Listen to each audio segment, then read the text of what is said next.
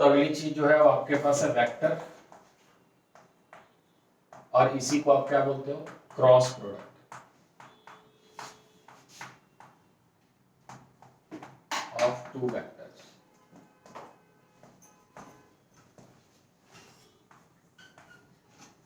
Cross product of two vectors. पिछली class में क्या बात की थी हमने, डॉट प्रोडक्ट। डॉट प्रोडक्ट के बारे में हमने सारी चर्चा कर ली थी और उसके क्वेश्चंस भी लगभग जो एक केवल उस पे बन सकते थे उसको हमने देख लिया था, जिसमें कुछ रिजल्ट थे जो आप ध्यान रखोगे थोड़ा सा आपकी कैलकुलेशन को फास्ट करने के लिए वो यूज होगा। अब हमारे पास है vector product of two vectors या cross product of two vectors. अब इसमें क्या है, थोड़ा इसको समझने की कोशिश करें। इस दोनों टर्मिनोलॉजी को देखें थोड़ा ध्यान से, तो फर्क क्या है आपको सीधे ही समझ में आ जाएगा कि जब वहां दो वेक्टर का हम डॉट प्रोडक्ट निकाल रहे हैं तो जो क्वांटिटी हमें मिल रही है वो कोई एक नंबर मिल रही है, यानी स्केलर मिल रही है, जबकि यहां जो आपको क्वांटिटी मिलेगा वो क्या मिलेगा, वेक्टर मिलेगा। इसीलिए इसको हम क्या बोलते हैं। अब रही बात की इसकी फिजिकल और ज्योमेट्रिकल मीनिंग क्या है, पहले ऐसे सर्च कर, जैसे वहां हमने देखा था कि उसकी फिजिकल मीनिंग क्या थी कि वर्क डन को रिप्रेजेंट करता है। किसको रिप्रेजेंट करता है, और उसकी ज्योमेट्रिकल मीनिंग ही थी कि वो किसी भी एक वेक्टर के मैग्नीट्यूड को मल्टीप्लाई कर देते थे किसी दूसरे के प्रोजेक्शन को उसी वेक्टर पे। ये हमारा वहां पे ज्योमेट्रिकल मीनिंग था।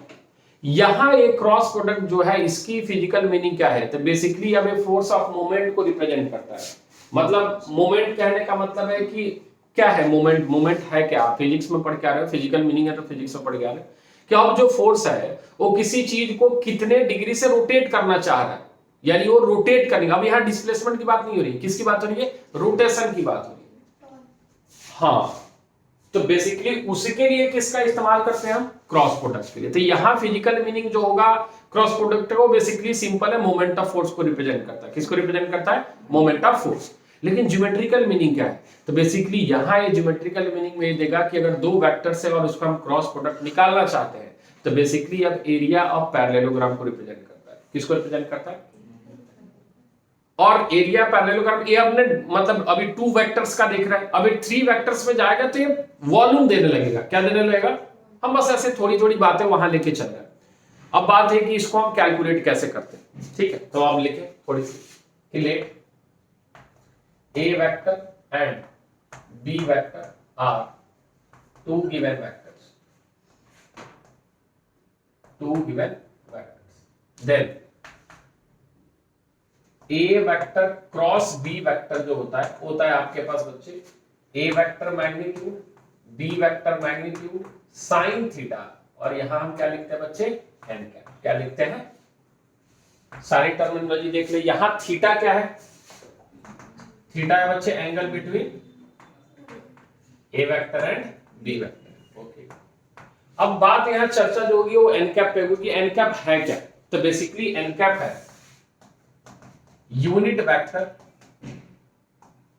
Perpendicular to both A vector and B vector, और आप इसको भी बोल सकते हो unit vector perpendicular to plane, perpendicular to plane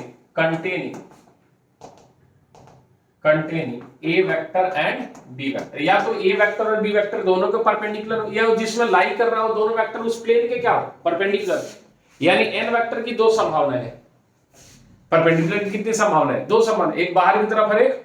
अब ये कहानी उसी समय से शुरू हुई जब फिजिक्स पढ़ रहा था कोई, उसको थोड़ी सी प्रॉब्लम हो रही थी किस तरीके से जा रहा है, तो बोला क्रॉस प्रोडक्ट ले लीजिए, और उसके लिए उन्होंने एक मेथड का इस्तेमाल किया जिसको फिजिक्स में राइट हैंड थंब रूल बोला जाता है। क्या बोला जाता है, समझ पा रहे, यानी अगर हम ऐसे सोचने की कोशिश करें कि अगर मान लीजिए हमारे पास यहाँ एक कोई ए वेक्टर है और यहाँ कोई हमारे पास एक बी वेक्टर है, और हम ऐसे जा रहे हैं, समझ रहे हो, ए से किधर की तरफ, तो एन कैप जो है वो ऐसा है, देखना ऐसे जा रहे हैं, दिख रहा है क्या, ये हम ऐसे गए तो हमारा अंगूठा किधर की तरफ, बाहर की तरफ, यानी हम दिखाने के लिए ऐसा है तो दिखाने के लिए हम यहां कहीं ले रहे हैं एन कैप। क्या ये बात समझ में आ गई, एन कैप जो है वो ध्यान से देखोगे तो ए के भी परपेंडिकुलर और बी के भी परपेंडिकुलर, या ये जिस प्लेन में लाई कर रहा है इस बोर्ड के परपेंडिकुलर। लेकिन अगर इसी के डायरेक्शन को हम चेंज कर दें, यानी अब हमारे ए वेक्टर हो और यहां पे हमने बी वेक्टर ले लिया और इसको ऐसे ले लें, तो ये जो एन कैप बाहर की तरफ था ये एन कैप किधर की तरफ जाने लगेगा, यानी ये आउट ऑफ द बोर्ड है, आउट ऑफ बोर्ड लिख दिया अगर थोड़ी देर के लिए, तो ये क्या लिखेंगे बच्चे, इनटू द बोर्ड। हाँ या ना बोल, ये किसकी बात हम कर रहे हैं, एन कैप, किसकी बात कर रहे हैं बच्चे। क्या ये बात समझ में आ रही है किस तरीके से जा रहा है। तो इसको ऊपर मत दिखा, इसको नीचे दिखा दे, थोड़ा डायग्राम सही लगेगा। ये हमारा इधर एन कैप, इसको हम उसका नेगेटिव लिख सकते हैं। क्या लिख सकते हैं, नेगेटिव लिख सकते हैं। कोई कंफ्यूजन है इसमें। अच्छा, और क्या खास बात हो सकती है। अच्छा, तो अगर हम बोले कि कोई सी वेक्टर जो है, सी वेक्टर जो ए वेक्टर क्रॉस बी वेक्टर का क्या है, हमारा रिजल्ट है, ऑब्वियस सी बात है क्या है, सी वेक्टर ही आएगा। यानी आर वेक्टर सी वेक्टर, आप जो भी नाम देना चाहें आप दे सकते हैं। तो सी वेक्टर जो होगा वो बेसिकली एन कैप उसका डायरेक्शन होगा। अरे हाँ या ना, अगर हम बोले कि a vector cross B vector जो है वो कोई सी वेक्टर आ रहा है, तो बेसिकली एन कैप जो होगा इन डायरेक्शन ऑफ क्या होगा, सी वेक्टर। हाँ या ना, तो आप ये बोल सकते हो कि एन कैप का जो फॉर्मूला आएगा वो आएगा a cross b divided by A cross b का मैग्नीट्यूड। हाँ या ना बोल।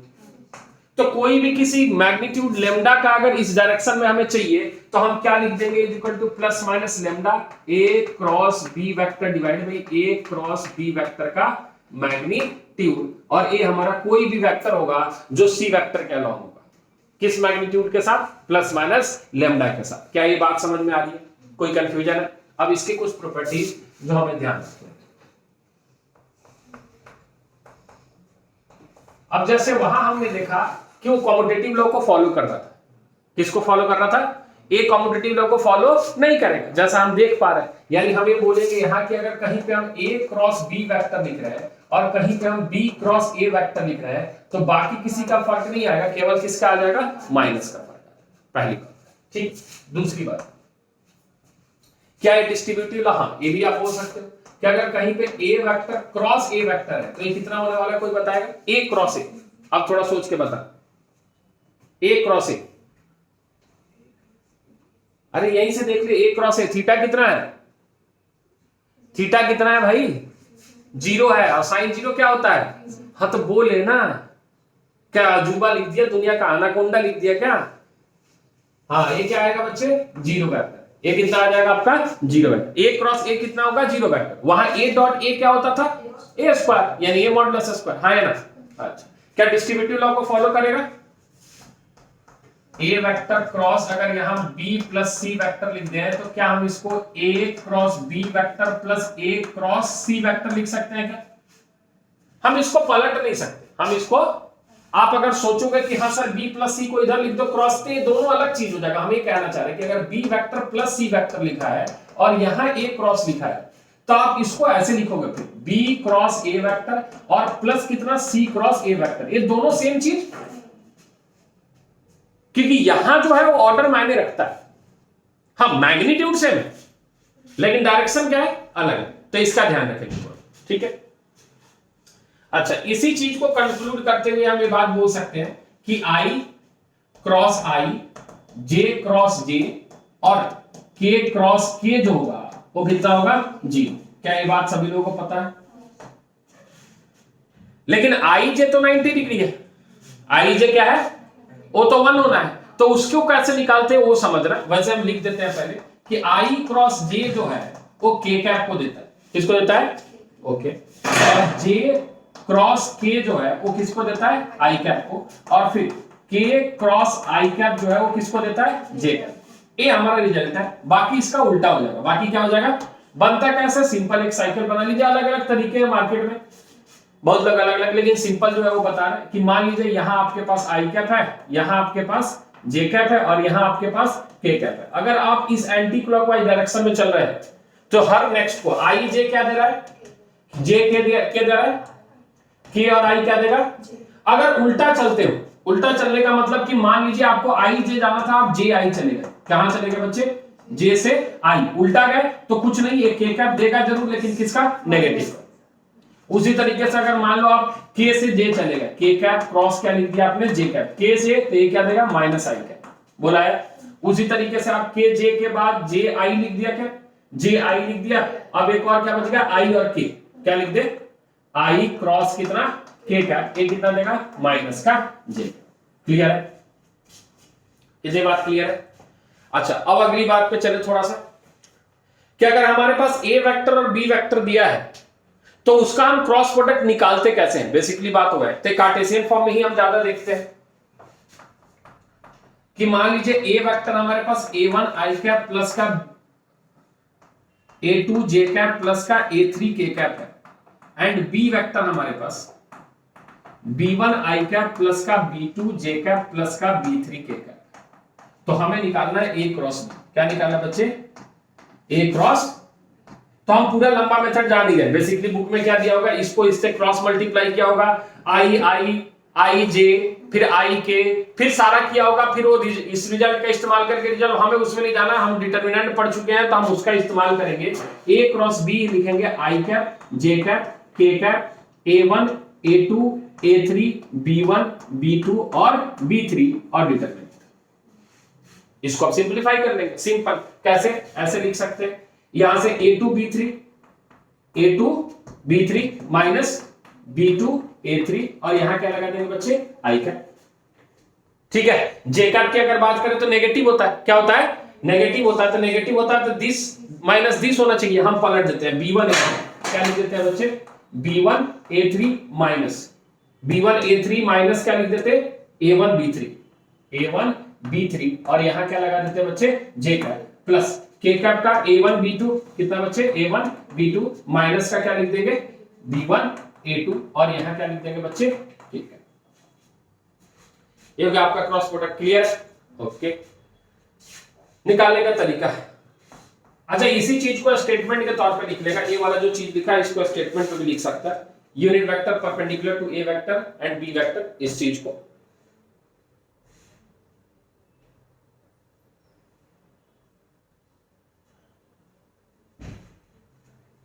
a vector of magnitude lambda perpendicular to both a vector and b vector is plus minus lambda a vector cross b vector divided by a vector cross b vector का magnitude. इसी चीज को statement में लिख दिया। Clear है? इतनी बातें हमारे किसमें? Cross product. इतनी ही है, ज्यादा नहीं, सिंपल बात है। अब इसके हम ज्योमेट्रिकल मीनिंग और उसके कुछ एप्लीकेशन यानी कुछ रिजल्ट्स को देख लेते हैं, उसके बाद फटाफट क्वेश्चन नोट करते हैं।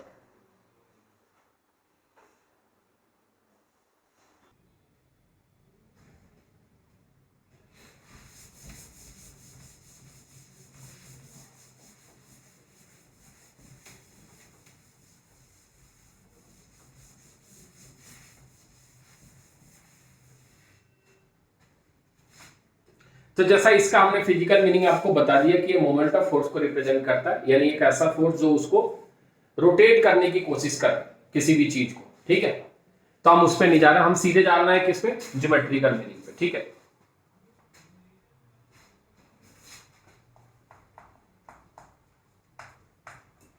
Geometrical interpretation of cross product.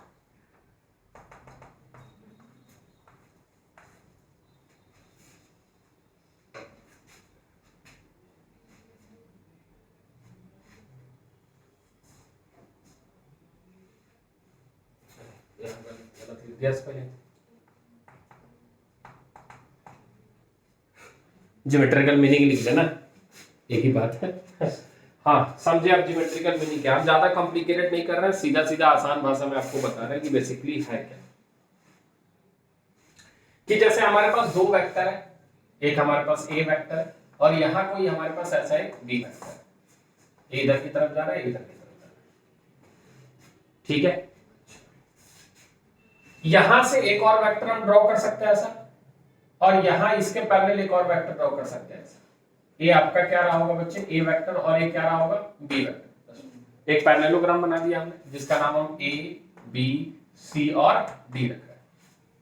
अब ये बात हम जानते हैं कि ए क्रॉस बी वेक्टर जो है वो A B sine theta n cap होता है। हाँ, एन कैप हमारा डायरेक्शन है, कुछ खास रूल में नहीं। अच्छा, एक बात बता कि अगर यहां से हम परपेंडिकुलर डाल दें इस पे ऐसे, डाल सकते हैं परपेंडिकुलर। तो ये वाली जो क्वांटिटी, अगर इसका नाम हम एबीसीडी टी नाम देते हैं, तो ये बात सभी जानते हैं कि पीडी जो है वो basically B vector sine theta है। सोच तो है ना। और ये अगर एपी की बात करोगे तो ये कितना हो जाएगा, एपी अगर हम बी वेक्टर कॉस थीटा, ये बात तो हम जानते हैं, पहले से पढ़ के आ चुके हैं, है ना। तो अगर ध्यान से देखते इस ट्रायंगल में जो पीडी है, ये जो पी और डी दिख रहा है, ये आपको हाइट ऑफ पैरेललोग्राम ही तो है, नहीं है क्या। तो अगर ध्यान से देख तो तुम देख पा रहे हो कि ए क्रॉस बी जो है वो basically A vector multiplied by आप क्या लिख सकते हो, पीडी यानी बी वेक्टर साइन थीटा एक साथ लिख दे तो ये बेसिकली तुम्हें दिखेगा ए वेक्टर मैग्नीट्यूड पी डी, यही बात है। और ए हमारा और कुछ नहीं है, अगर ये लेंथ है तो ये हमारा क्या है, हाइट है। ऐसे बोल सकते हैं एरिया पैरेललोग्राम निकालने के लिए क्या होता है फॉर्मूला, हाफ इंटू, ये तो एरिया ऑफ ट्रायंगल होता है। हाँ, एरिया पैरेललोग्राम क्या होता है ये बता।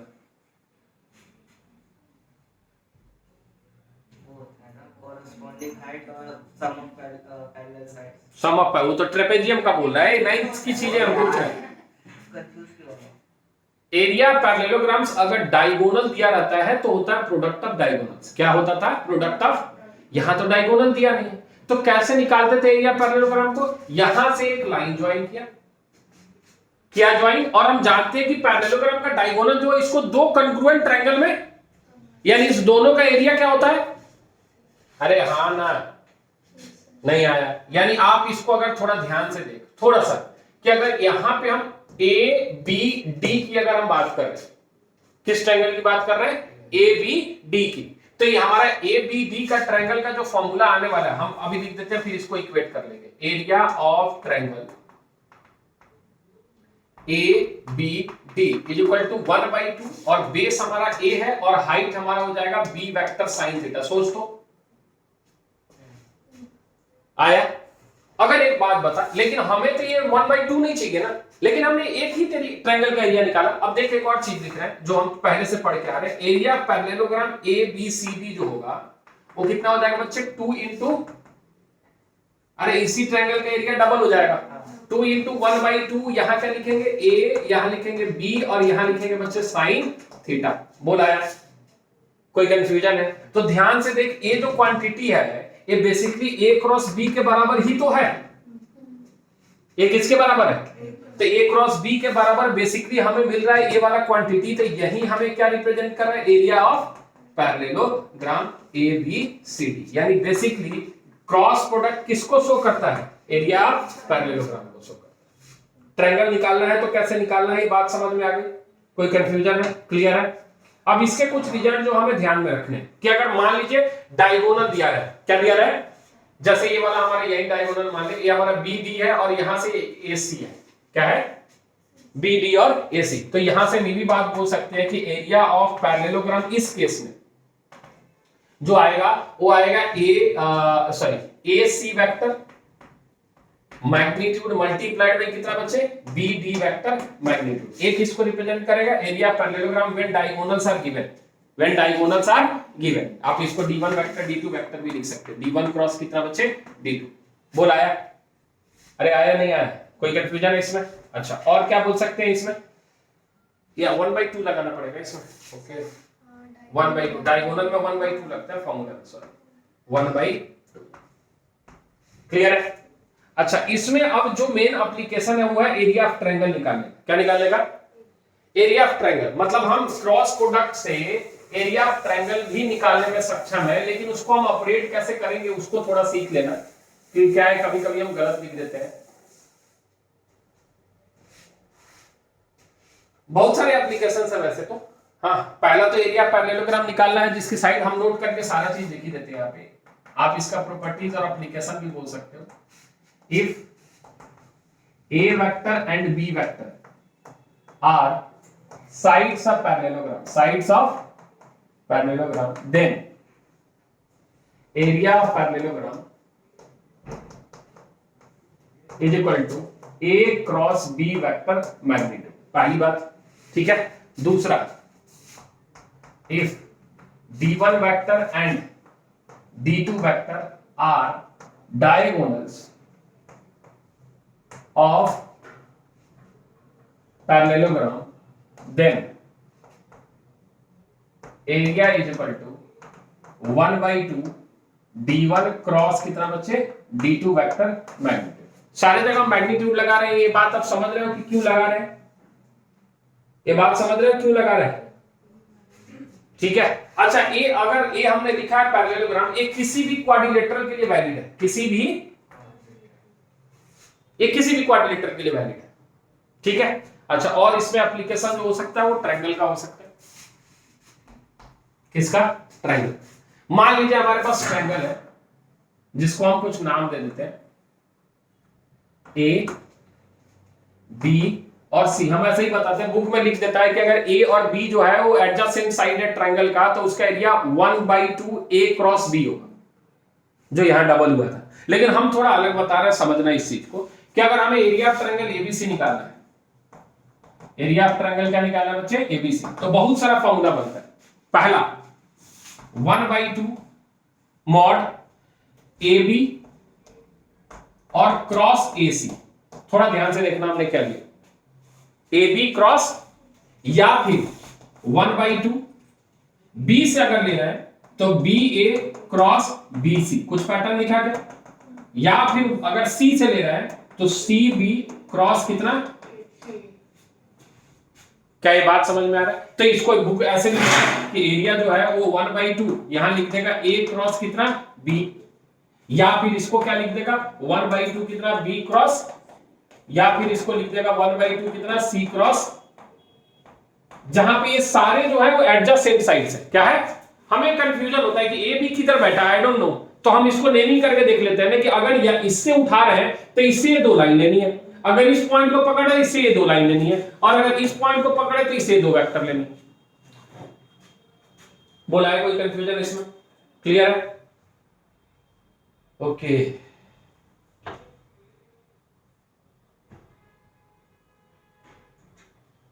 नोट कर लेते,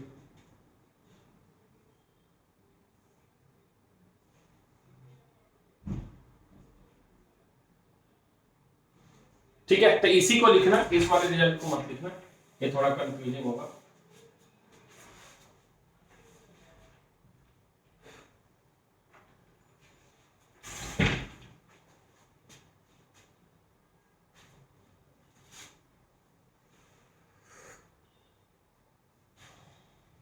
और देश दुनिया में क्या चल रहा है, ये मुस्कुरा रही क्यों, क्या चल रहा है,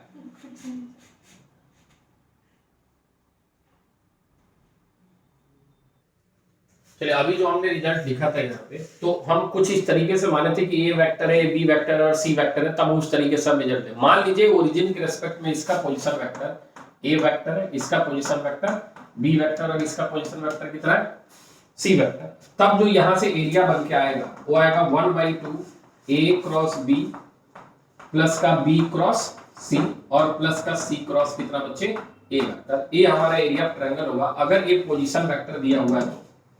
कैसे बना, हम इस ऐसा नहीं कि कुछ याद करने के लिए बता रहे, इसी चीज का ये सिंपल चीज है समझना कि 1/2 लिख दिया, मॉड लिख दिया, ए बी को क्या लिख सकते हो B vector minus a vector, हाँ या ना लिख सकते, क्रॉस ए सी को क्या लिख सकते हो सी वेक्टर माइनस ए वेक्टर। अब अगर इसको तुम सॉल्व करोगे तो 1/2 मॉड बी सी आया, और फिर बी का किसके साथ, इसके साथ, यानी माइनस का बी क्रॉस ए, ऑर्डर मत चेंज करना, ठीक है। फिर माइनस का ए क्रॉस सी, माइनस का ए क्रॉस आया क्या, और माइनस का ए प्लस का 0, बहुत बढ़िया, ठीक है। अरेंज कर, तो ए क्रॉस बी लिखेगा तो प्लस हो जाएगा, और सी क्रॉस ए लिखेगा तो ऊपर वाला रिजल्ट दिख रहा है क्या।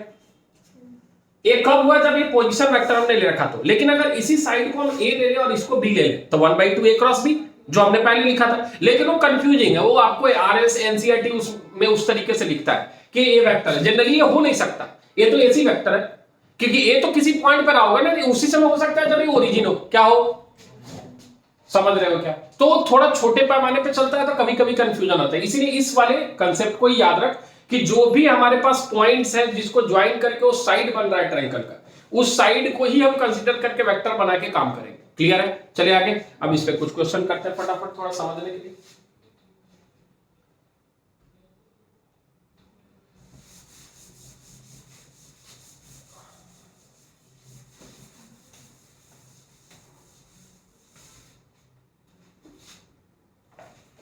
बिल्कुल बेसिक से question, find A cross B vector magnitude if A vector is equal to I cap minus 7J cap और प्लस का 7K cap and B vector is equal to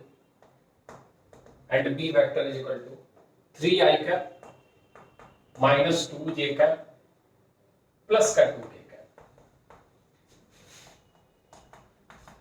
लगा दे फॉर्मूला सीधा सीधा। सबसे पहले क्या निकालेंगे बच्चे? ए क्रॉस बी। ए क्रॉस क्या निकालेंगे? बी। कैसे लिखते हैं? आई कैप, जे कैप, के कैप, यहां लिखेंगे 1 माइनस 7 7 3 माइनस 2 और 2 और डिटरमिनेंट। बोले आया? कैलकुलेट करने आता सभी को? चलिए, माइनस 14 प्लस 40, ओके, माइनस 14 और माइनस 0 होगा ना, तो ये आ जाएगा 0 आई कैप। कितना? माइनस साइन होता है, माइनस साइन ही रखते हैं, अभी डिटरमिनेंट आता है सॉल्व करने। जे ये हो जाएगा 2 और माइनस का 21 माइनस 19 कितनी? तो प्लस का 19 जे कैप। बोला आया? यहां पे आया के, तो ये आ गया माइनस 2 और प्लस का 21। माइनस 2 प्लस का 21 कितना आ गया? माइनस 2 प्लस का 21 कितना आ गया? प्लस का 19 और के कैप। हमें चाहिए इसका मैग्नीट्यूड, यानी ए क्रॉस बी का मैग्नीट्यूड, जो आएगा रूट अंडर 19 का स्क्वायर और प्लस कितना बच्चे? 19 का स्क्वायर। सॉल्व हो जाएगा। कोई दिक्कत है? कितना लिख दे सीधे सीधे? 19 रूट 2। अगला क्वेश्चन थोड़ा सा अलग है।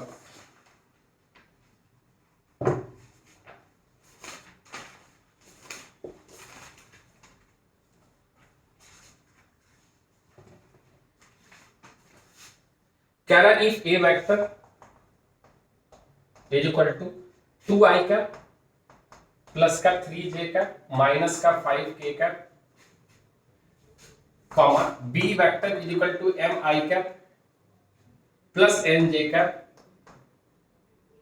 Plus 12k cap. ठीक है, ये दिया है। And A cross B vector is equal to 0 and A cross B vector equal to कितना? 0।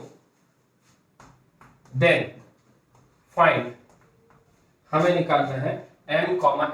क्या निकालना है बच्चे? m comma n। निकल जाएगा। a क्रॉस b कितना दिया हमारे पास? 0। तो सिंपल बात है, अब सीधे लिख रहा है।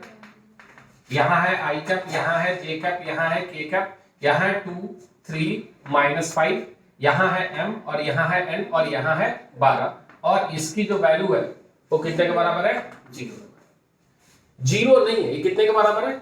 0 वेक्टर के बराबर है। कितने के बराबर है? हाँ, नहीं तो खेल खराब हो जाएगा, आप फिर वो कैलकुलेट ही नहीं कर पाओगे। इसलिए बार बार आप लिख रहे हैं 0 वेक्टर। ये वेक्टर प्रोडक्ट है, तो यहाँ 0 0 नहीं है। इसके बारे में हमने पहले बता रखा है कि 0 एक वेक्टर क्वांटिटी है, बस इसकी जो डायरेक्शन है वो स्पेसिफाइड नहीं है। यानी इस तरीके से बोले कि इसका डायरेक्शन हम कुछ भी ले सकते हैं।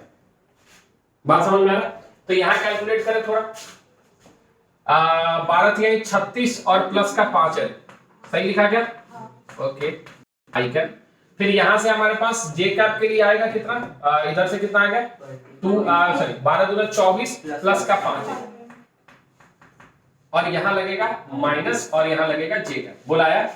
और के कैप के लिए हमारे पास आ जाएगा 2n माइनस 3m, और यहां क्या लिख देंगे बच्चे? के कैप इक्वल टू कितना?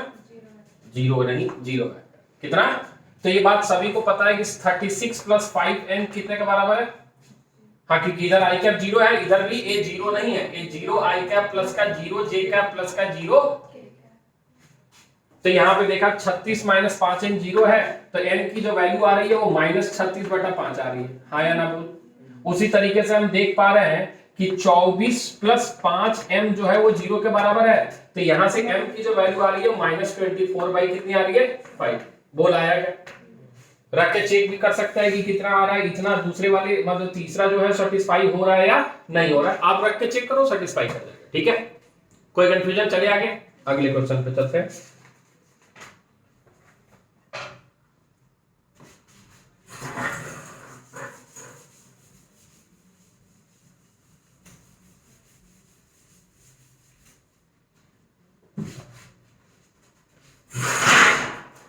अगला क्वेश्चन है आपके पास, क्या रहा है, let the vectors A vector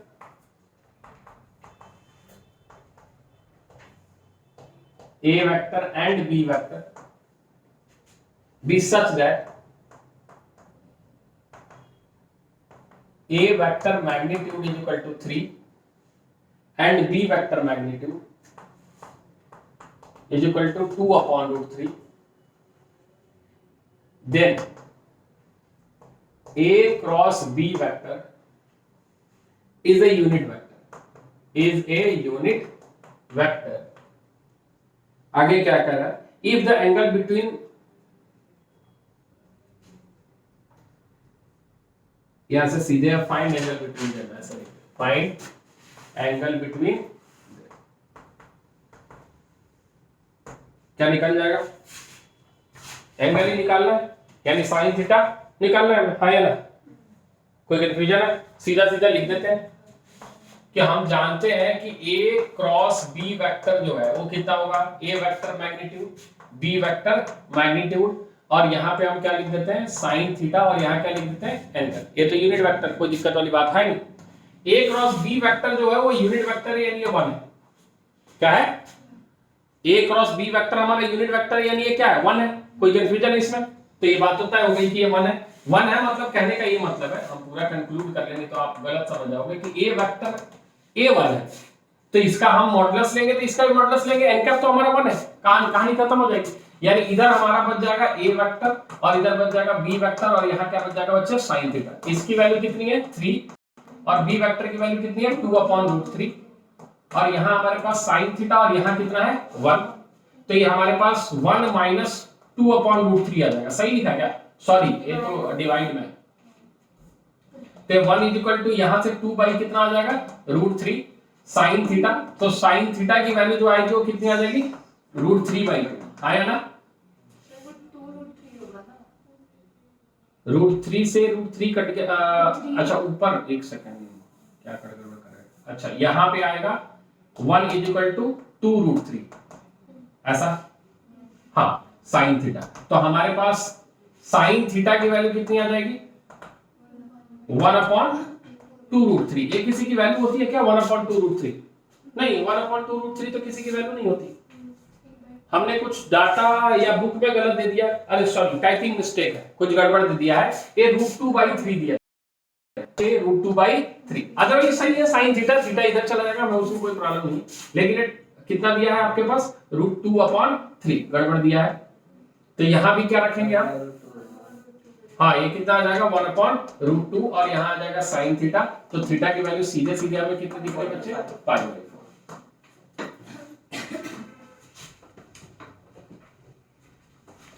ठीक है, अगला क्वेश्चन है, कह रहा है सो दैट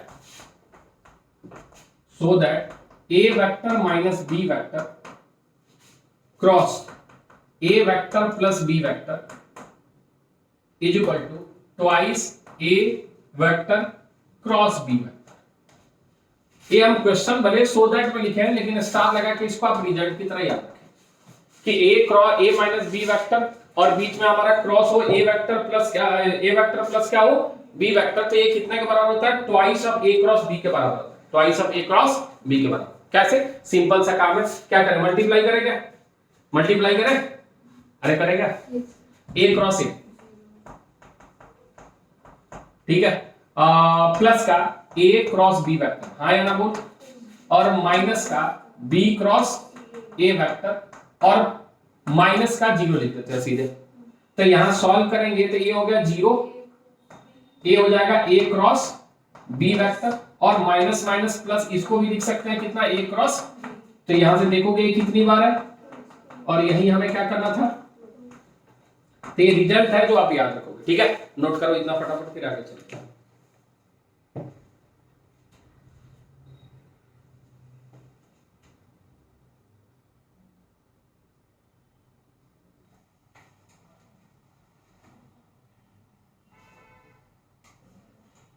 चलिए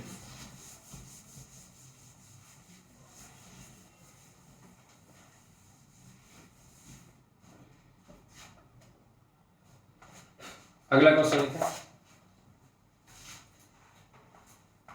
कह रहा let a vector is equal to i cap plus 4j cap plus 2k cap comma B vector is equal to 3i cap minus 2j cap plus का 7k कैप। ठीक है, i cap plus 4j cap plus 2k cap 3i cap minus 2j cap plus 7k cap and c vector is equal to 2i cap minus j cap plus का 4k cap। find a vector d vector, find d vector which is perpendicular to both a vector and b vector, दोनों के perpendicular है, and c vector dot b vector is equal to 15 और सी vector dot D vector कितना दिया बच्चे 15 दिया।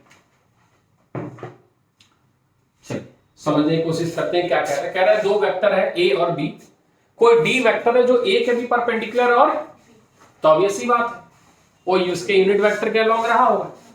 तो सीधा सीधा बात है कि बेसिकली जो डी वेक्टर है वो यही है, तो basically lambda times I cap J cap के कैप ए और बी हो गया 1 4 2 और 3 -2 और 7। क्या ये बात समझ में आ गया? बस इतना ही हम जानना चाहते हैं कि हमने क्या लिखा है, ए क्रॉस बी लिखा, क्या लिखा, और ए क्रॉस बी का जो डायरेक्शन होगा वही डी होगा, मतलब वो दोनों पैरेलल होंगे। नहीं समझ में आया? अभी भी नहीं समझ में आया? समझ कि इधर आपके पास ए वेक्टर है और इधर कहीं बी वेक्टर है ना, तो जब हम ए क्रॉस बी लिख रहे हैं तो इसका डायरेक्शन ये है। अरे आया नहीं आया? और डी वेक्टर जो है ए और बी के परपेंडिकुलर, यानी यहां कहीं डी वेक्टर बैठा है। अरे आया नहीं? ये समझना जरूरी है कि ये पूरा 3D में घूमते रहेगा कि ए क्रॉस बी जो है वो ऐसा है और ए के परपेंडिकुलर डी और बी के पर यानी डी भी ऐसा है। एग्जैक्टली वही है क्या? नहीं, हो सकता है जिस दिन लैम्डा की वैल्यू, तो ये बेसिकली हमने लिखा क्या, हमने लिखा कि डी वेक्टर बेसिकली लैम्डा ए क्रॉस बी वेक्टर के बराबर है। हाँ या ना बोल? क्योंकि ये दोनों आपस में क्या है, पैरेलल है। This vector and this vector is parallel to each other. अरे आ रहा नहीं आ रहा? समझ पा रहे हो कि हम बोल रहे हैं कि ए क्रॉस बी है, समझ ए क्रॉस तो ए डी है और यही ए क्रॉस बी भी है। समझ पा रहे हो? एन कैप ना बोल के उसका एन वेक्टर बोल दे। ये क्या है? N vector. ये क्या है? ये जिस दिन 1 हो जाए वो यूनिट वेक्टर कहलाएगा। आया? समझ आया? ठीक है, तो यहां से हमारा डी वेक्टर अगर निकालने की कोशिश करें तो डी वेक्टर आएगा लैम्डा ब्रैकेट के अंदर कितना आ जाएगा? 7 चौका 28 4 32। सही लिखा गया? 7 चौका 28 और 4 कितना हो गया? 32 आई गया। अच्छा, जे के लिए आ जाए तो ये हो गया 7 एकम 7 और 3 दूना 6, 1 हो गया, तो ये हो गया माइनस का जे का, प्लस के लिए आ जाए तो -2 और 4 3 12 -14 के का। हाँ या ना? सही था क्या? -2 और -12 -14 के। ये हमारा आ गया कौन सा वेक्टर आ गया हमारे पास? D vector. क्या आ गया? जैसे ही डी वेक्टर हमारे पास आया, कह रहा है इसका सी वेक्टर डॉट डी वेक्टर जो है वो हमारे पास दिया हुआ है, तो पहले सी वेक्टर लिख दे। कितना है? 2i कैप माइनस जे कैप और प्लस 4k कैप, और इसका डॉट प्रोडक्ट लिखना है लैम्डा किसके साथ बच्चे? 32i कैप माइनस जे कैप और -14k कैप के साथ, और ये कितने के बराबर है? 15 के बराबर। यस लो, डॉट प्रोडक्ट निकालने आता है, यानी लैम्डा अभी भी बाहर बैठा है ना? लैम्डा अभी भी, तो यहां से हम सीधे सीधे लिख रहे हैं 32 और 2 कितना हो गया? 64, यानी 64 लैम्डा। बोल आया? यहां से आ रहा -1 और यहां से माइनस लैम्डा, तो कितना आ जाएगा? Plus lambda. आया क्या? इधर से आ रहा 4 और इधर से आ रहा -14 लैम्डा, यहां से 4 प्लस का और यहां से क्या आ रहा है? -14, कितना? -56 लैम्डा। हाँ है ना? -56 लैम्डा। ठीक है, तो यहां से 64 56 10 66, ये हो गया 8 1 9, यानी यहां से हमें आ रहा है 9, ये कितने के बराबर है 15। यहां से हमें आ रहा है 9 लैम्डा इज इक्वल टू कितने 15, तो लैम्डा की वैल्यू आ जाएगी 15/9, तो लैम्डा की वैल्यू कितनी आ जाएगी 5/3, 5/3। लैम्डा की वैल्यू 5/3 आ गई। क्या हम उसी क्वेश्चन में पुट कर देंगे तो हमें डी वेक्टर मिल जाएगा। तो हमारे पास जो डी वेक्टर मिल रहा है बेसिकली वो मिल रहा है 5/3 ब्रैकेट के अंदर कितना बच्चे 32 आई कैप कितना माइनस जे कैप और माइनस 14 के कैप। आप अरेंज कर सकते हो तो ये जाएगा 5 दूना 10, 5 3 15, 1 16, 160 आई कैप माइनस 5 जे कैप और माइनस का 70 के कैप डिवाइडेड बाई नीचे क्या लिख दोगे 3, और यही हमारा क्या कहलाएगा रिक्वायर्ड डी वेक्टर, जो ए वेक्टर और बी वेक्टर के क्या होगा परपेंडिकुलर। ठीक है, चलिए अगले क्वेश्चन पे।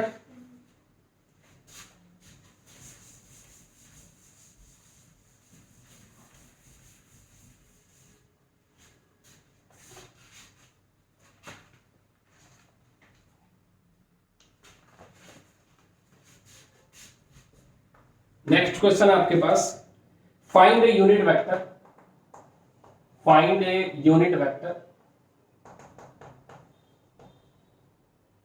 perpendicular to the plane determined by the points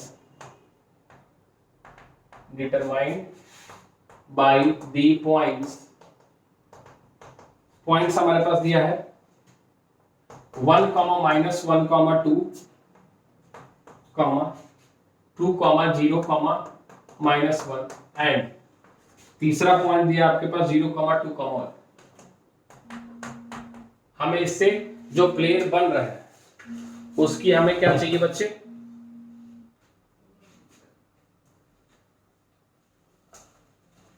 sorry हाँ, इससे जो प्लेन बन रहा है बेसिकली हमारा उसका हमें क्या चाहिए यूनिट वेक्टर चाहिए। क्या चाहिए जो इसके परपेंडिकुलर क्या हो। तो हम मान लिए कि इस क्वेश्चन में थोड़ा ध्यान से देख, तो हमारे पास ए पॉइंट हमने मान लिया कितना 1, -1, 2, बी हमने मान लिया कितना 2, 0, -1 और सी हमने मान लिया 0, 2, 1। तो यहाँ एक वेक्टर बनेगा ए बी और दूसरा क्या बन जाएगा बच्चे बी सी। ए वेक्टर बी वेक्टर और जो दो मिलता है उसी से हमारा प्लेन बनता है, हाँ या ना। तो हम सबसे पहले क्या निकालेंगे बच्चे ए बी वेक्टर, क्या निकालेंगे 2, -1 आई का, हाँ या ना बोल 0, -1 जे का बोला है -1, -2 ए बी वेक्टर निकलेगा बी सी वेक्टर निकाल। बीसी वेक्टर हमारे पास आएगा 0, -2, 0, 2, -0 और 1 plus A B vector B C vector आ गए।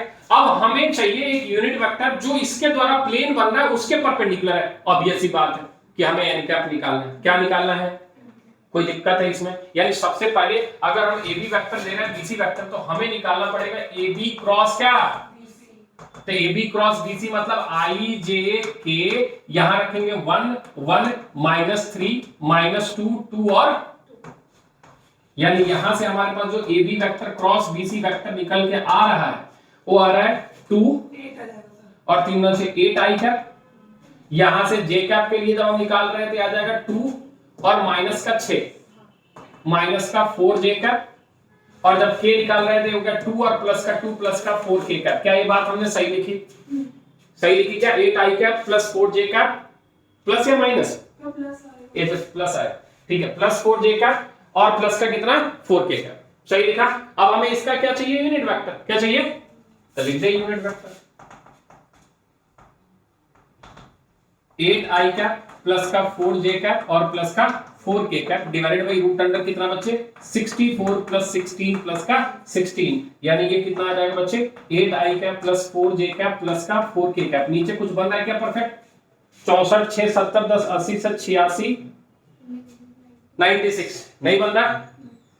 ओके, तो क्या कॉमन कर सकते हैं 16 6 96 4/4√6 बोल आया 96 आ रहा है, 16 6 96 टेबल पहाड़ा।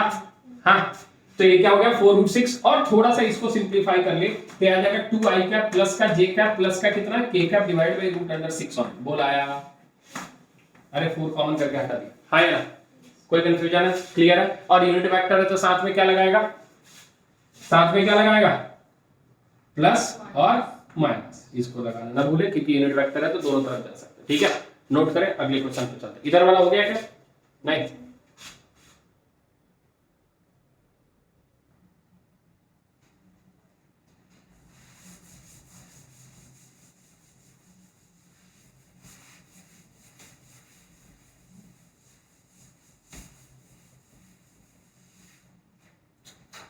चलिए अगला क्वेश्चन है। क्वेश्चन कम स्टार ज्यादा लगा लेंगे, इसको आप थ्योरम की तरह याद रखेंगे। ठीक है, एक थ्योरम है जो अलग अलग बुक्स में अलग अलग नाम से दिया रहता है, लेकिन हमें इस रिजल्ट से मतलब है, इस रिजल्ट को ध्यान में रखेंगे। कहता है कि if A vector and B vector, दो आपके पास वेक्टर है, are two vectors, then prove that A cross B का होल स्क्वायर जो है वो बराबर आएगा A vector dot A vector, A vector dot B vector, यहां आपके पास आएगा B vector dot A vector, और यहां आ जाएगा आपका B vector dot B vector determinant. या फिर इसी को किसी किसी बुक में प्रूफ करने को बोलेगा कि आप इसको प्रूफ कीजिए कि A modulus square B modulus square और यहां पे minus A vector dot B vector का होल स्क्वायर आएगा। एक ही चीज है, ये आपको क्या करना है, ये रिजल्ट है, ये अब आप एक तरीके से क्या है, रिजल्ट है, आप इसको क्वेश्चन की तरह ना देखें, ये रिजल्ट है। ठीक है, नाम इसको बोला जाता है न्यूटन टाइप का ही कुछ नाम है, हम उस पर नहीं जाना चाहते। ठीक है, अच्छा एक बात बताए, ए क्रॉस बी का होल स्क्वायर का क्या मतलब है? इसी चीज को दो बार लिखना है, इसी चीज को कितनी बार लिखना है? लेकिन हम दो बार लिख के अगर सॉल्व करने जाएंगे तो आपको ही पता है कि काम बनेगा नहीं। तो बेसिकली ये है क्या, इसके बारे में थोड़ा डिसाइड कर ले। हम प्रूफ में जा नहीं रहे, बस कंसेप्ट को बता रहे हैं कि ए क्रॉस बी का होल स्क्वायर का मतलब है ए vector modulus b vector modulus sine theta n cap, और इस पूरे का क्या है, होल स्क्वायर है। हाँ या ना बोल, यही बात है।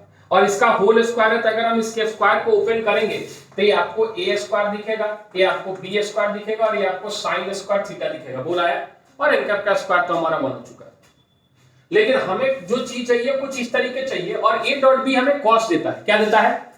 तो यानी ये साइन क्या कर रहा है, तो इस साइन को हम हटाएंगे, यानी हम इसको ऐसे लिखेंगे ए स्क्वायर बी स्क्वायर और 1 माइनस कितना बच्चे, कॉस स्क्वायर थीटा। तो यहां से तुम्हें एक रिजल्ट मिलेगा a square b square minus a square b square cos square theta. बोला है, अब थोड़ा स्टैंडर्ड फॉर्म में देख पाएगा तो इसी को तुम ऐसे लिख रहा है a modulus square b modulus square है ना, और माइनस ए वेक्टर डॉट कितना, बी वेक्टर का होल स्क्वायर, क्योंकि ये तो वही तो है a b a dot B.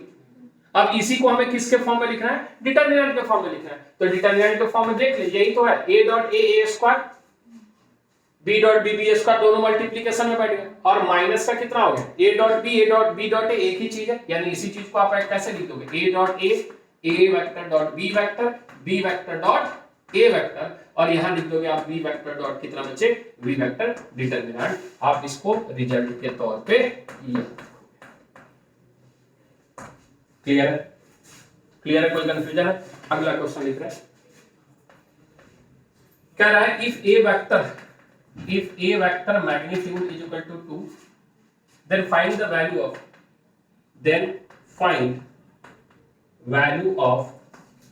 हमें वैल्यू निकालनी है ए वेक्टर क्रॉस आई कैप का मॉडुलस का whole square plus A vector cross J cap के मॉडुलस का whole square plus A vector cross K cap के मॉडुलस का होल स्क्वायर डॉट। इसकी हमें क्या करनी है बच्चे, वैल्यू निकालनी है। ए वेक्टर की मैग्नीट्यूड हमें कितनी दी हुई है, 2 दी हुई है। मैग्नीट्यूड कितनी दी हुई है, 2। इधर हो गया है, ये वाला हो गया, ठीक है।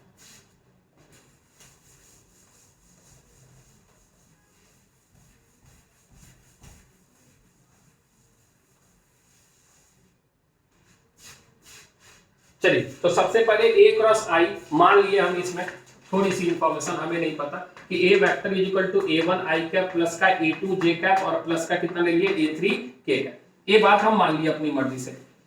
तो a1 square plus a2 square plus a3 square root under कितना दिया है, 2 दिया है। कितना दिया है, कोई कंफ्यूजन है? यानी हमें पहले चाहिए A cross I, A cross I cap चाहिए ना, मॉडुलस चाहिए, वो तो मॉडुलस की बात है। आई कैप, जे कैप, के कैप, जो चीज लिख रहा है समझना, A1 A2 A3 1 0 0। क्या ये बात समझ में आई आपको सभी को कि ए क्रॉस आई कैप निकालना है? क्या निकालना है? ये आई कैप नहीं है, ये अपने आप में एक वेक्टर है जो जीरो आई कैप ना होके, मतलब 1 आई कैप प्लस 0 जे कैप प्लस। क्या ये बात समझ में आया?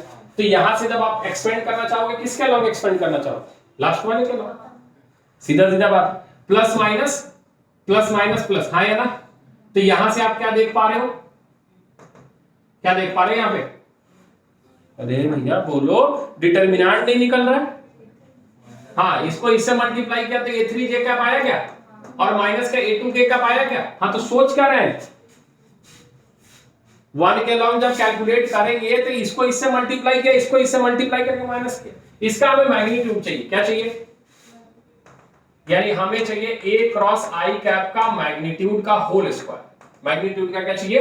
Whole square. यानी यहां से देख, इसका मैग्नीट्यूड निकालेगा तो कितना आएगा? A3 square plus A2 square. सोच ले, सोच लिया? A3 स्क्वायर प्लस, अब पैटर्न देख, जब आपने आई लिया तो A3 और A2 आया, यानी A1। तो क्या हम ये बात अब लिख दें कि A क्रॉस जे कैप का होल स्क्वायर जब निकालेंगे तो A1 square plus A3 square है। और अगर ये बात आपको समझ में आ गई है तो A क्रॉस के कैप का मॉडुलस का स्क्वायर जो है A1 स्क्वायर प्लस, क्या ये बात समझ में आ गई? हमें चाहिए क्या? हमें चाहिए a find the value of this. हमें वैल्यू ऑफ दिस चाहिए, यानी हम सबको क्या करने वाले? ऐड। यानी हमें जो रिक्वायर्ड क्वांटिटी चाहिए वो हमारे पास क्या है? A1 स्क्वायर प्लस का A2 स्क्वायर और प्लस का A3 स्क्वायर। कितनी बार? और पहले से इंफॉर्मेशन दिया है कि A1 स्क्वायर, यहां से समझ ले, मॉड ए जो है हमारे पास, मॉड ए वेक्टर जो है वो 2 दिया है, यानी root under A1 square plus A2 square plus A3 square जो है वो कितने के बराबर है? 2 के बराबर। तो इसको रूट से फ्री करेंगे तो ये कितने के बराबर आएगा? तो यानी ये कितने के बराबर आएगा? A1 square plus A2 square plus A3 square के। तो इसकी वैल्यू कितने के बराबर है आपके पास? अब 4 के बराबर, या सुनो, तो यहां से लिखोगे 2 इंटू कितना बच्चे? 4, यानी आंसर कितना आ जाएगा? अरे आया नहीं आया, कोई कंफ्यूजन इसमें? क्लियर है? अच्छा, मान लीजिए अगला क्वेश्चन है आपके पास, find the area of triangle.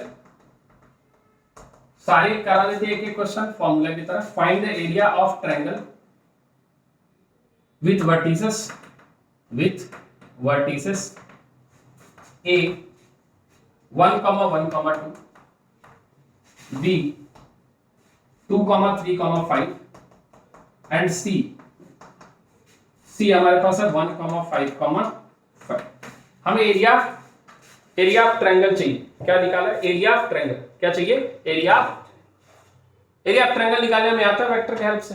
हाँ, तो अगर मान लीजिए हम एक फिगर बना ले छोटा सा ऐसा, और इस पॉइंट में अगर A नाम दे दे, B नाम दे दे, C नाम दे दे, तो basically area of triangle ABC जो आएगा, हम पहले लिख दें, वो आने वाला है 1/2 ब्रैकेट के अंदर कितना? AB vector cross AC vector. अरे हाँ है ना, AB वेक्टर क्रॉस, यही आने वाला है। तो हमें चाहिए क्या बच्चे? AB vector. निकाल ले AB वेक्टर। किधर है? A और B। 2 - 1 आएगा, 3 - 1 और 5 - 2। ओके, अब और चाहिए हमें AC वेक्टर। क्या चाहिए? AC 1 - 1 5 - 1 और 5 - 2। हमें चाहिए इसका cross product, I cap, J cap, K cap divided, यहां आपके पास कितना है? 1, 2, 3, 0, 4 और 3। I कैप 3 दूना 6 माइनस का 12, J कैप 3 एकम 3 -0, सही है क्या? और फिर K कैप 4 एकम 4 -0। आया क्या? हमें एरिया में फॉर्मूला निकालना है सीधे। अब area of triangle A B C is equal to 1/2 और इसका मैग्नीट्यूड, इसका तो मैग्नीट्यूड निकाल लेते हैं यहीं पे, रूट अंडर 36 प्लस 9 और प्लस का 16, 16 9 कितना हो गया 25, 30 20 50 और 61 61 है क्या, रूट अंडर 61, तो सीधे लिख देगा 1/रूट अंडर कितना 61, यानी आ जाएगा रूट अंडर 61 डिवाइडेड बाय 2 और यहां लिख देगा स्क्वायर क्यूब, क्योंकि एरिया है तो क्या रहेगा, बोला है, कोई कंफ्यूजन नोट कर फटाफट।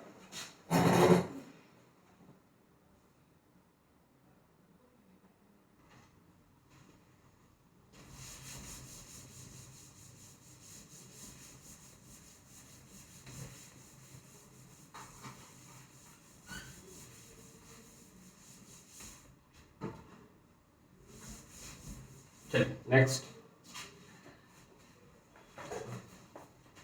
क्या रहा, if A vector comma B vector and C vector are the position vectors of the vertices A comma B and C respectively of triangle ABC, prove that, जितने प्रूव दैट वाले question है ना वो result है, ठीक है, prove that the perpendicular distance, तो इसको आप रिजल्ट की तरह ही देखते रहोगे हर दो दिन पे, perpendicular distance of vertex A from the base BC, from the base BC of triangle ABC is A cross B vector plus B cross C vector plus C cross A vector divided by C vector minus B vector modulus और ऊपर भी modulus, क्योंकि अब ये सी बात है क्या है, डिस्टेंस।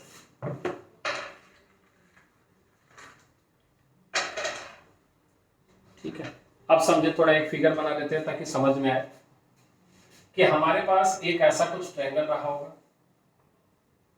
जिसमें इस वाले पॉइंट का नाम हम a vector position vector, B vector position vector और यहाँ सी वेक्टर पोजीशन वेक्टर के साथ है। तो बेसिकली कह रहा है कि प्रूव कीजिए कि ये जो डिस्टेंस है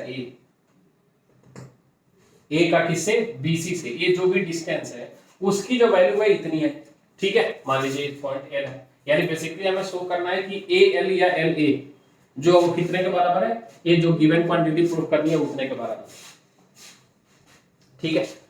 किससे निकालनी है, बीसी से। किससे निकालनी है, तो हम एक काम करते हैं, हमारे पास और कुछ तो निकल नहीं रहा, वैसे तो ये अगर कोऑर्डिनेट ज्योमेट्री में रहता तो बड़ा आसान रहता, अगर पॉइंट दिया रहता तो डिस्टेंस पे पॉइंट फ्रॉम ए लाइन हो जाता, लेकिन चूंकि ये वेक्टर में है तो वेक्टर के कांसेप्ट के बारे में हमें सोचना पड़ेगा। तो अभी अभी हमने देखा कि इस तरीके का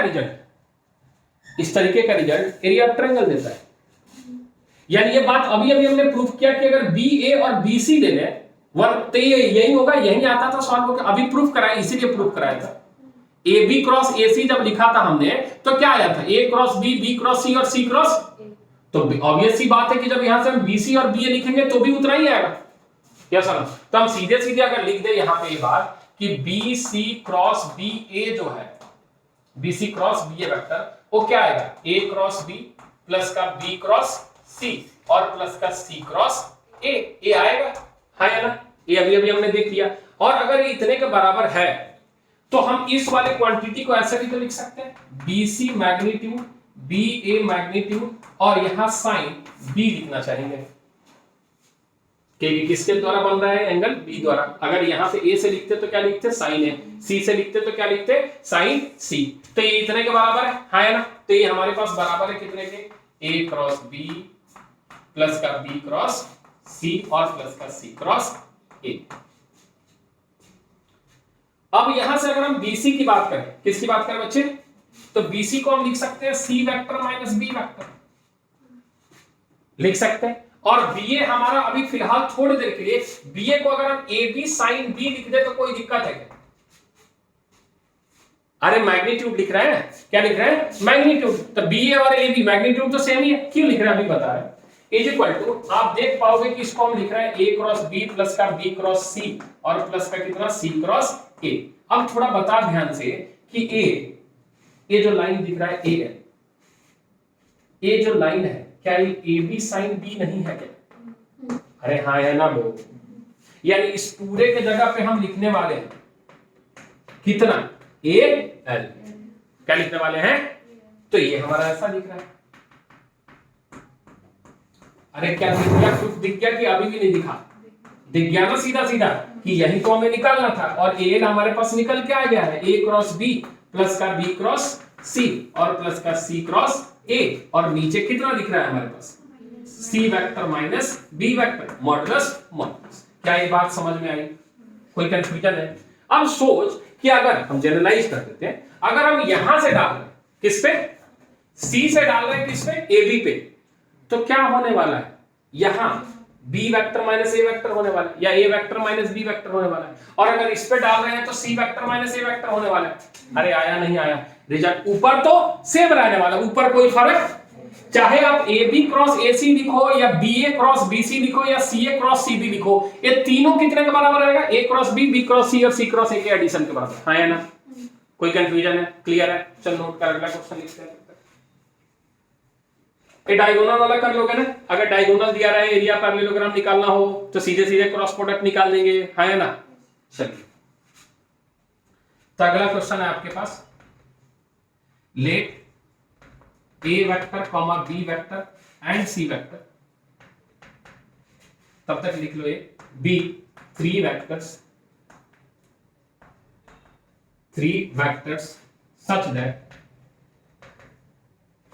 A vector modulus not equal to 0, comma A vector modulus is equal to C vector modulus is equal to 1, comma B vector modulus is equal to 4 and B vector cross C vector modulus is equal to 15, sorry root under 15। आगे कह रहा है if B vector minus 2C vector is equal to lambda A vector, B vector minus 2C vector is equal to lambda A vector, then find value of lambda. हमें किसकी value निकालनी है? Lambda की value. Note करें फटाफट, इधर वाला तो हो गया होगा ना?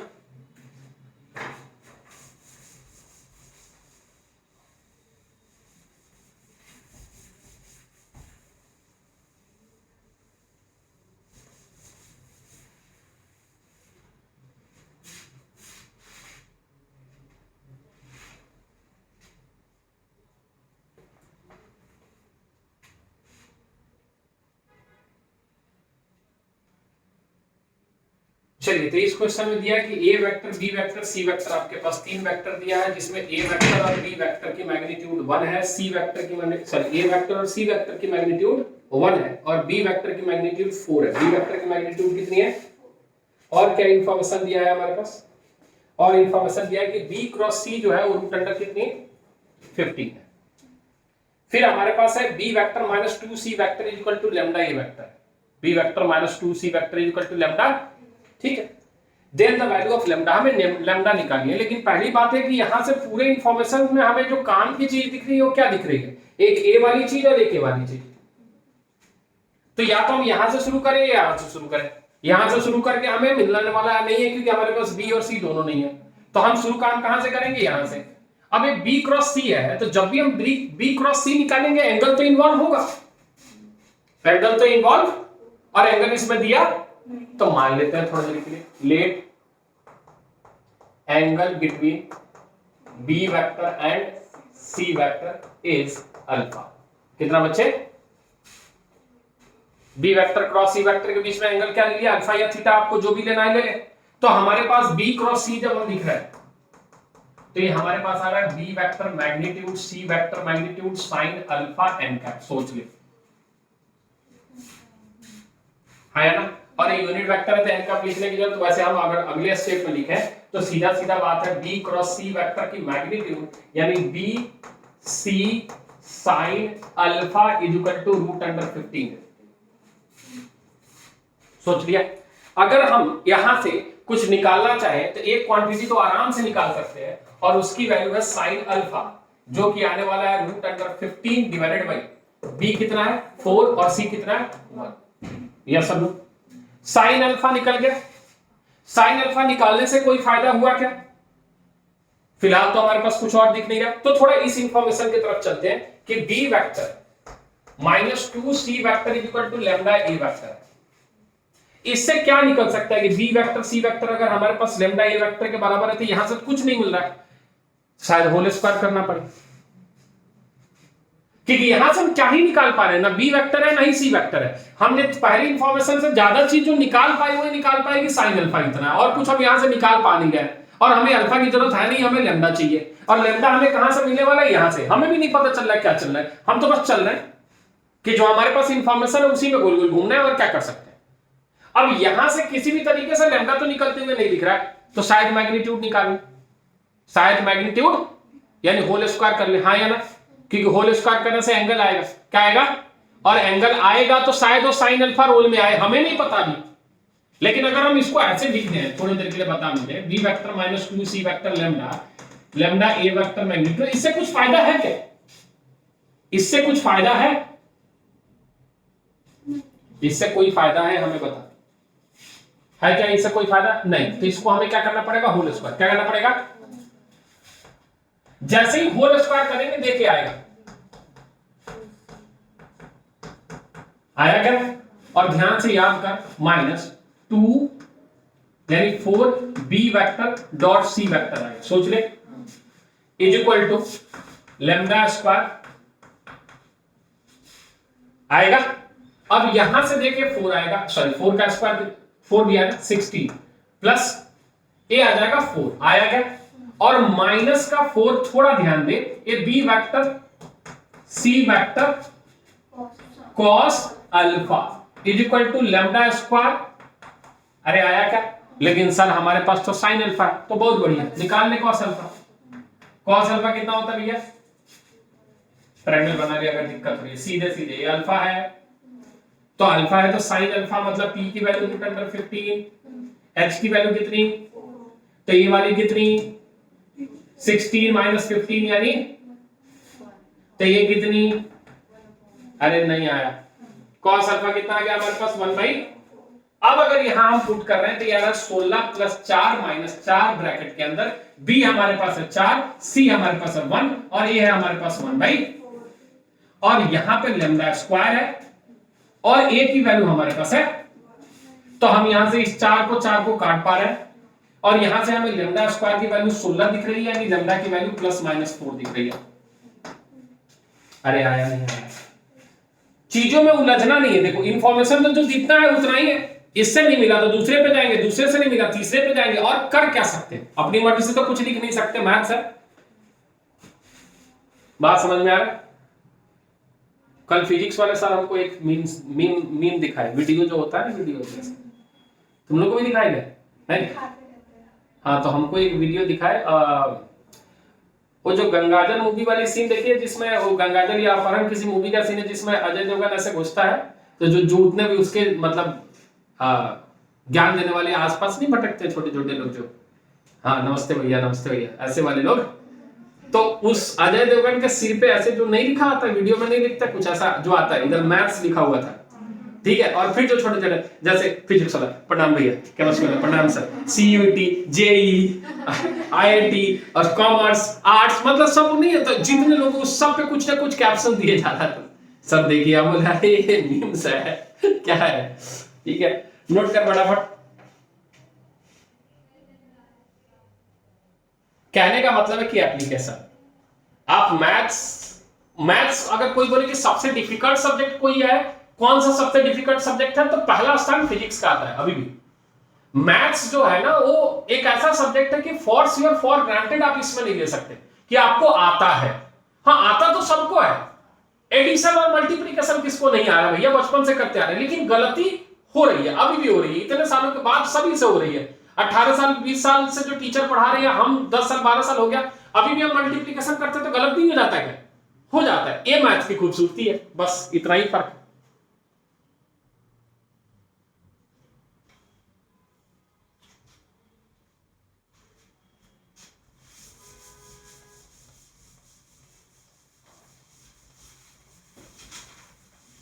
चलो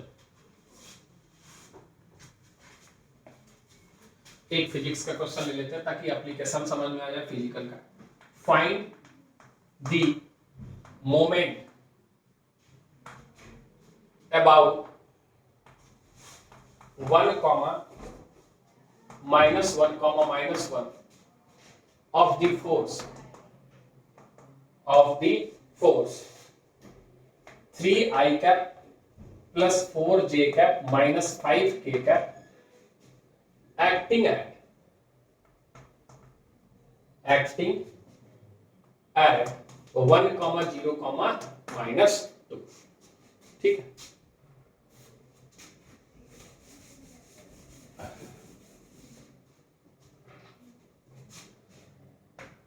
एक क्वेश्चन और लिख देते हैं, तब तक आप उसको नोट करते रहो।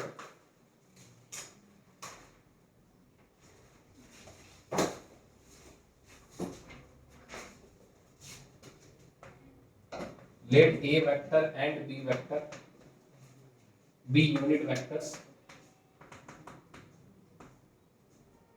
such that A vector plus B vector magnitude is equal to √3। Then find value of 2A vector plus 5B vector bracket dot 3A vector plus B vector और plus A cross B vector. हम एक question इसीलिए लिया है ताकि एक concept समझा पाए। वैसे तो बहुत सारे बच्चे उसको डायरेक्ट समझ लेते हैं, लेकिन फिर भी हम समझाने के लिए कंसेप्ट ले लिए। चलिए हो गया, उधर हो गया, ये वाला हो गया, ठीक।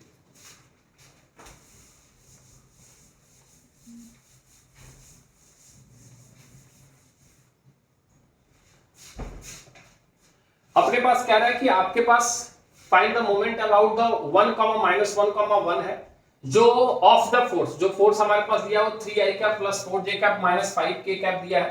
ठीक है, तो यहां जो दिया है इंफॉर्मेशन पहले वो लिख दे। हमारे पास f वेक्टर दिया है कितना बच्चे, 3i cap plus 4j cap minus का 5k कैप। अब ये किसी पॉइंट पे एक्ट कर रहा है, पॉइंट ए पे, मान ले ऐसा कुछ है, ये पॉइंट ए जिस पे हमारा कोऑर्डिनेट 1, 0, -2 और इसका हमें मोमेंट निकालना है अबाउट किसके 1, -1, यानी हमारा कोई एक पॉइंट इधर P बैठा है जिसकी कोऑर्डिनेट 1, -1, इस पॉइंट A पे एक फोर्स लग रहा है और इसका हमें मोमेंट निकालना है किसके अलावा, पॉइंट P के अलावा, किसके अलावा, तो ये हमारा फोर्स है F वेक्टर है ना। यानी बेसिकली हम अब मोमेंट निकालना चाहते हैं तो सीधा सीधा बात है कि हमें सबसे पहले PA वेक्टर निकालना पड़ेगा। क्या निकालना पड़ेगा, और ये आएगा position vector of A minus position vector of P है ना। तो हमारे पास ये कितना आ जाएगा, PA वेक्टर कोई बताएगा, position vector of A 1, -1, 0i cap, 0 -1 plus का j कैप और -2 और +1 प्लस का k कैप माइनस का k cap. Okay sir, minus का कितना k कैप, ये हमारा PA वेक्टर आ गया।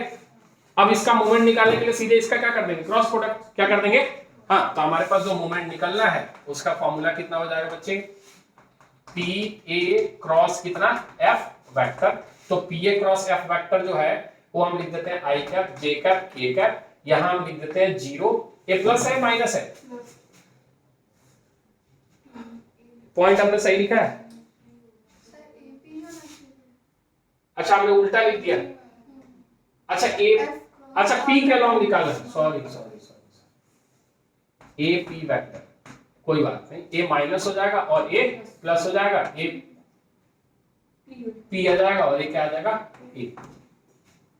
ठीक है, तो आ जाएगा 0, -1, 1 और ये कितना आ जाएगा बच्चे, कितना दिया है 3, 4 और कितना दिया है -1। इसको हमें क्या करना पड़ेगा, सॉल्व करना पड़ेगा। ठीक है, सॉल्व करें तो अगर I कैप की वैल्यू हमारे पास डायरेक्ट लिख दे, ये आ जाएगा 5 और माइनस का 4, I कैप J के अलाउंग जब निकाल रहे नेगेटिव है, ध्यान में रखेंगे, ये हो गया 0 और -3 का पॉजिटिव। ठीक है, पॉजिटिव ही आएगा ना, हाँ ठीक है, K का ये हो गया 0 और माइनस का 3K, सही लिखा गया, प्लस हो जाएगा ये भी प्लस हो जाएगा क्या?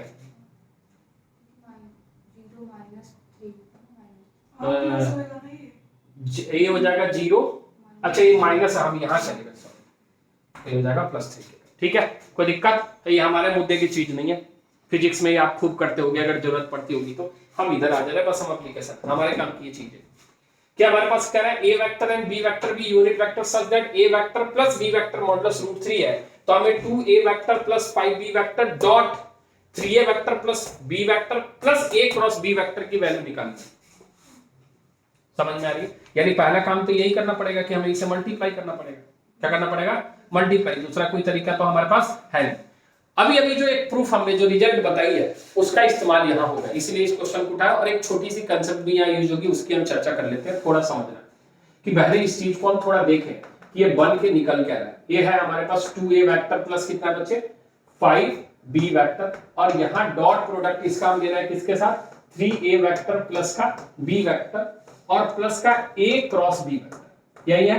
तो 2a इससे मल्टीप्लाई होकर 6a वेक्टर का मॉडुलस का स्क्वायर मिलेगा, हाँ या ना बोल, और प्लस ए 2a वेक्टर इसके साथ मल्टीप्लाई होकर 2a vector dot b vector हो जाएगा, सोच ले, और फिर प्लस का 2a वेक्टर डॉट a आएगा a vector cross b vector. क्या ये बात समझ में आई? ठीक है, अच्छा, प्लस फिर 5b वेक्टर इससे मल्टीप्लाई होकर 15b vector dot a vector हो जाएगा, हाँ या ना बोल, और इससे ये मल्टीप्लाई होकर 5b मॉडुलस स्क्वायर बन जाएगा, हाँ या ना बोल, और फिर प्लस का ये हो जाएगा 5b vector dot a cross b vector. सही लिखा? कोई दिक्कत है? अब यहां जो जरूरी बात हम समझाने जा रहे हैं वो समझ ले यहां से कि अगर कहीं पे a vector dot a cross b vector हमेशा कितने के बराबर होता है?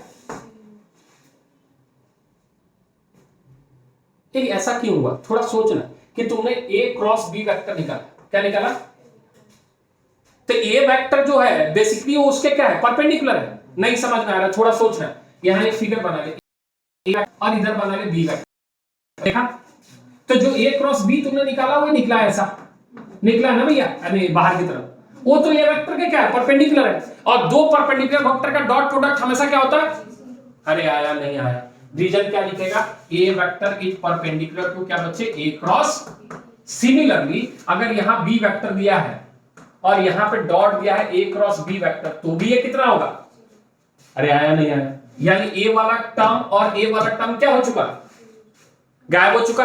तो हमारे पास बेसिकली बच क्या रहा है? 6 मॉडुलस स्क्वायर प्लस का, यहां से एक और था मॉडुलस ना, कौन था? 5 मॉडुलस स्क्वायर, पहले इसको साथ लिख देना, 6 मॉडुलस स्क्वायर प्लस का कितना? 5 मॉडुलस स्क्वायर। ठीक है, उसके बाद आपके पास a डॉट b कितना है? 2 यहां से 15 यहां से, यानी 17 a vector dot b vector आया। हमें इसकी वैल्यू निकालनी है, हमारे पास और कोई इंफॉर्मेशन दिया नहीं है, लेकिन a vector dot b vector involve हो गया तो आंखें चमकी और हमारे खेल में आया a वाला।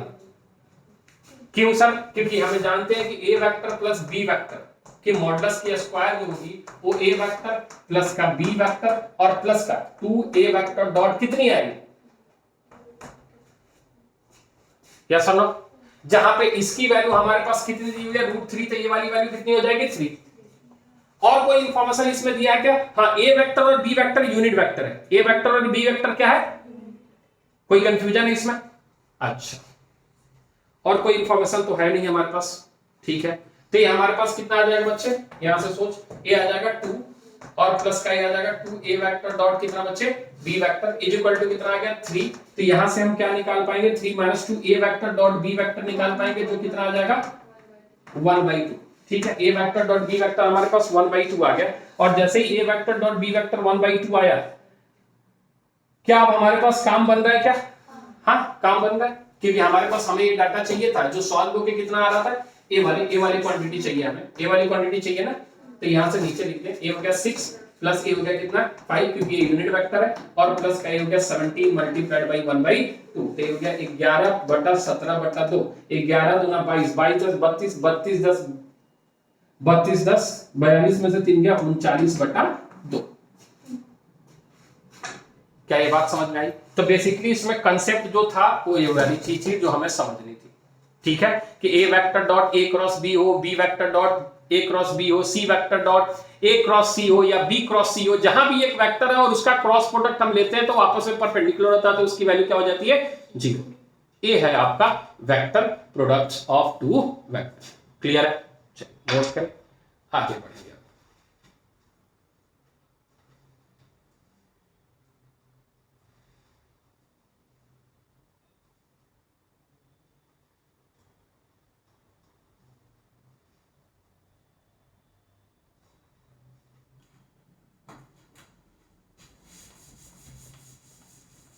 हो गया पूरा?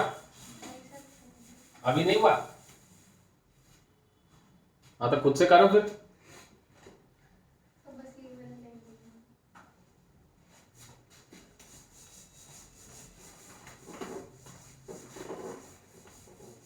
हो गया? गुड।